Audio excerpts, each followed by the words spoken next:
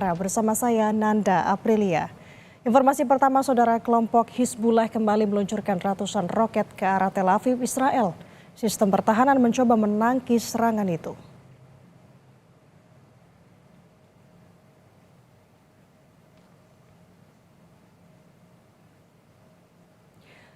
Lebih dari 100 roket melintas di langit demi menuju targetnya di Tel Aviv. Sebagian dapat ditangkis angkatan udara Israel, saudara. Namun ada pula roket yang lolos dan menghantam sejumlah lokasi.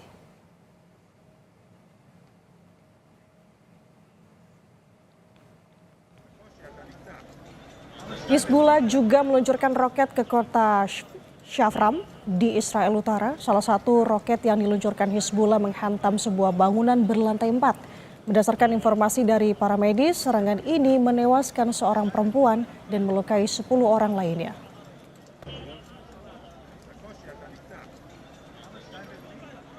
הגענו לזירה וראינו אכן שמדובר בפגיעה ישירה במבנה עם ריבוי אירועים וזירות נוספות בזירת האירוע המרכזי. לצערי הרב, בתוך הזירה מצאנו, יש לנו שם נפגעת שנקבע מותה. Israel kembali meluncurkan serangan udaranya ke wilayah Lebanon, saudara. Kali ini militer Israel menargetkan kawasan perumahan padat penduduk. Serangan terjadi pada Senin malam waktu setempat, menghantam perumahan padat penduduk di ibu kota Lebanon yang dekat dengan markas besar PBB, parlemen, dan beberapa kedutaan besar. Kantor Berita Nasional Lebanon menyebut 2 rudal menghantam kawasan Zokak, Al-Bad, menyusul laporan bahwa AS menunda utusannya untuk melakukan perundingan gencatan senjata. Akibat serangan ini, saudara, 4 orang meninggal dunia dan 18 orang lainnya terluka.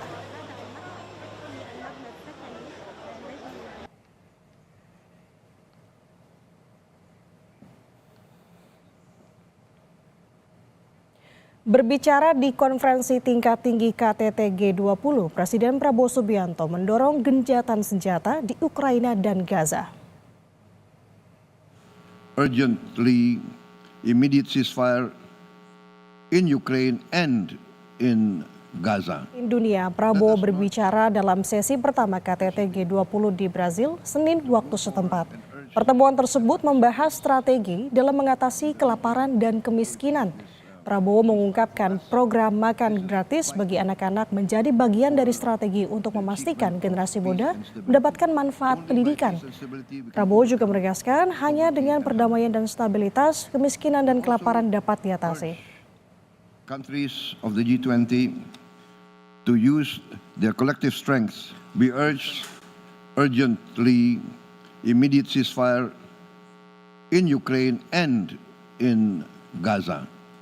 Let us not hesitate to go forward and urge the participants in the region to achieve this ceasefire. For us, this is vital for the achievement of peace and stability.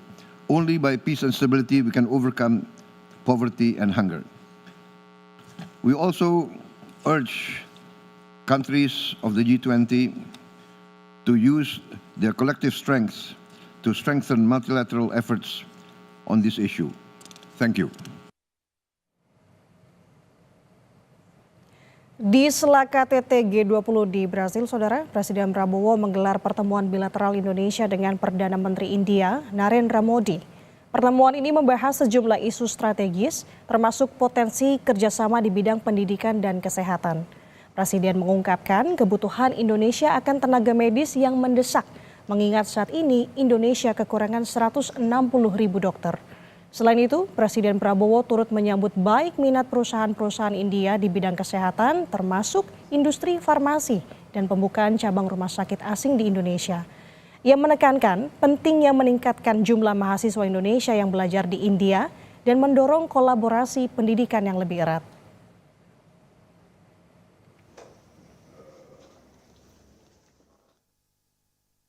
Also for in the field of education, absolutely.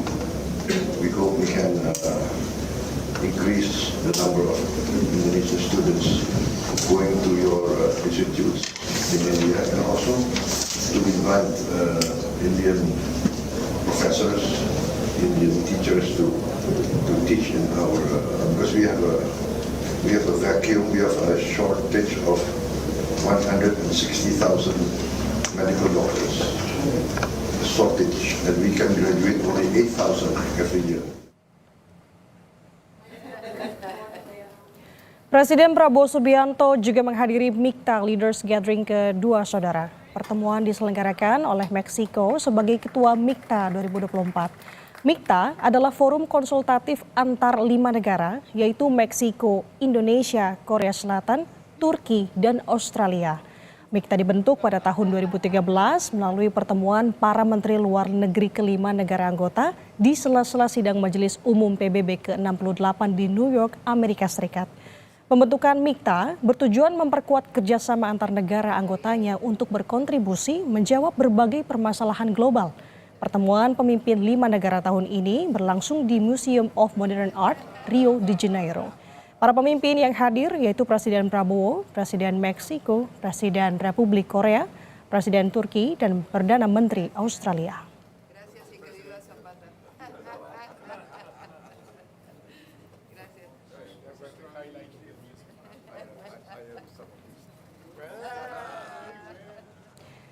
Di sela rangkaian kunjungan kerja ke sejumlah negara, saudara, Presiden Prabowo mengungkapkan kerinduannya terhadap Indonesia. Prabowo bercerita sepulang dari Brazil dirinya akan melanjutkan perjalanan ke Inggris dan berharap bisa turut mengunjungi Timur Tengah. Presiden lantas menyatakan kerinduannya dan ingin lekas pulang ke tanah air.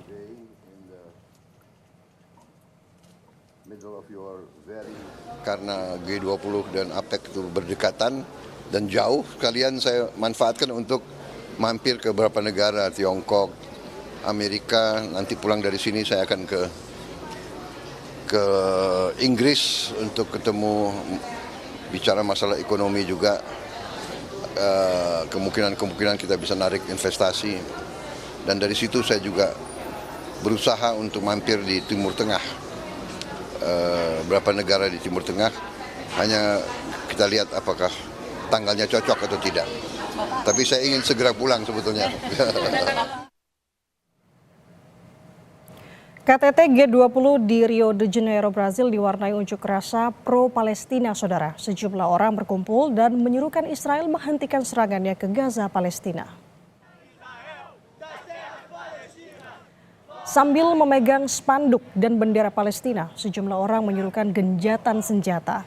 Selain itu, mereka juga menuntut pemerintah Brazil segera memutuskan hubungan dengan Israel. Hal ini dilakukan sebagai aksi dukungan dan solidaritas untuk rakyat Palestina saat para pemimpin dunia mengadakan KTT G20 di Rio de Janeiro, Brazil.